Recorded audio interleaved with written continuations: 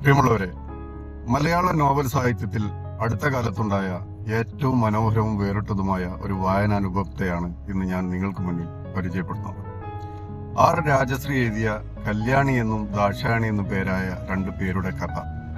കേവലം ഒരു കഥ എന്നതിനപ്പുറം ചരിത്രത്തിന്റെ ഏടുകളിൽ ഒരിടത്തും രേഖപ്പെടുത്താതെ പോയ സാധാരണക്കാരായ സ്ത്രീകളുടെ ജീവിതത്തെ അടയാളപ്പെടുത്തുന്ന ഒന്നാണ്. ഈ നോവലിന്റെ പേര് ശ്രദ്ധിച്ചാൽ തന്നെ അറിയാം, അതിൽ കഥ എന്നല്ല കഥ എന്നാണ് ഉപയോഗിച്ചിരിക്കുന്നത്. വടക്കൻ മലബാറിന്റെ, പ്രത്യേകിച്ച് കണ്ണൂരിന്റെ തനത് ഭാഷാ ശൈലിയാണ് നോവൽ രചിക്കപ്പെട്ടിരിക്കുന്നത്. നവോത്ഥാന കാലത്തെയും അതിനുശേഷവുമുള്ള വടക്കൻ മലബാറിലെ രണ്ട് സാധാരണ സ്ത്രീകളുടെ, കല്യാണിയുടെയും ദാക്ഷായണിയുടെയും ജീവിതത്തിലൂടെയാണ് നോവൽ കടന്നുപോകുന്നത്. നമ്മുടെ ചരിത്ര പുസ്തകങ്ങളെല്ലാം വലിയ പുരുഷന്മാരുടെ വിജയഗാഥകൾ പാടുമ്പോൾ അടുക്കളപ്പുറങ്ങളിലും വീട്ടുചുമരുകൾക്കുള്ളിലെ ഒതുങ്ങിപ്പോയ സ്ത്രീകളുടെ യഥാർത്ഥ അതിജീവനത്തിന്റെ ചരിത്രം എവിടെയും കാണാറില്ല. ആ കുറവ് നികത്തുകയാണ് രാജശ്രീ ഈ നോവലിലൂടെ ചെയ്യുന്നത്. കല്യാണിയും ദാക്ഷായണിയും വീരനായികമാരല്ല. അവർക്ക് നമ്മളെപ്പോലെ തെറ്റുകളും ശരികളുമുണ്ട്. പുരുഷാധിപത്യ വ്യവസ്ഥിതിയോടും ദാരിദ്ര്യത്തോടും സാമൂഹിക മാറ്റങ്ങളോടും അവർ നടത്തുന്ന നിശബ്ദമായ പോരാട്ടങ്ങളാണ് ഈ നോവലിന്റെ കാതൽ.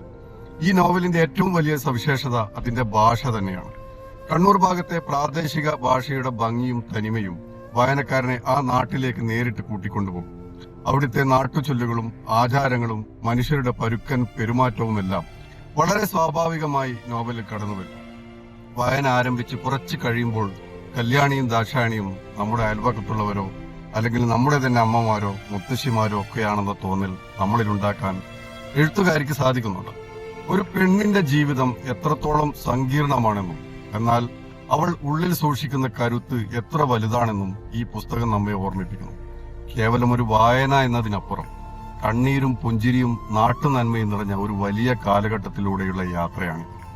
2021 കേരള സാഹിത്യ അക്കാദമി അവാർഡ് ഈ കൃതിക്ക് ലഭിച്ചതിൽ അത്ഭുതപ്പെടാനില്ല. കാരണം അത് അത്രമേൽ അർഹതപ്പെട്ട ഒന്നായിരുന്നു. നല്ലൊരു വായനാനുഭവം ആഗ്രഹിക്കുന്നവരും മാതൃത്വത്തിന്റെയും പെൺകരുത്തിന്റെയും ആഴമറിയാൻ ആഗ്രഹിക്കുന്നവരും തീർച്ചയായും വായിച്ചിരിക്കേണ്ട ഒന്നാണ് ഈ നോവൽ. വലിയ സിദ്ധാന്തങ്ങൾ പറയാതെ സാധാരണ മനുഷ്യരുടെ ജീവിതത്തിലൂടെ വലിയ സത്യങ്ങൾ പറഞ്ഞു തരുന്ന ഈ കഥ നിങ്ങളും വായിച്ചു നോക്കുക. നോവൽ അക്കാഫിന്റെ വായനശാലയിൽ ലഭ്യമാണ്. നന്ദി, നമസ്കാരം.